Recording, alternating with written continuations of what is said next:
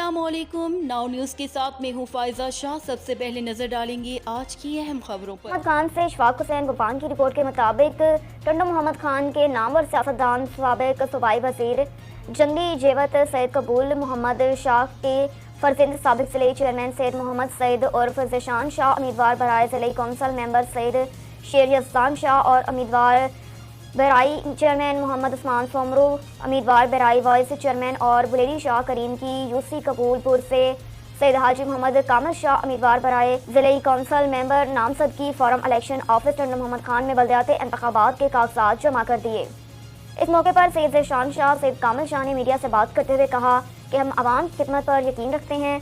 साबिका नाज़िम दौर में भी हमने अवाम जायज़ मसाइल हल किए। इंशाअल्लाह इस बार भी अवाम के हर मसला हल करेंगे और अवाम की हर मुश्किलात में उनके साथ हैं।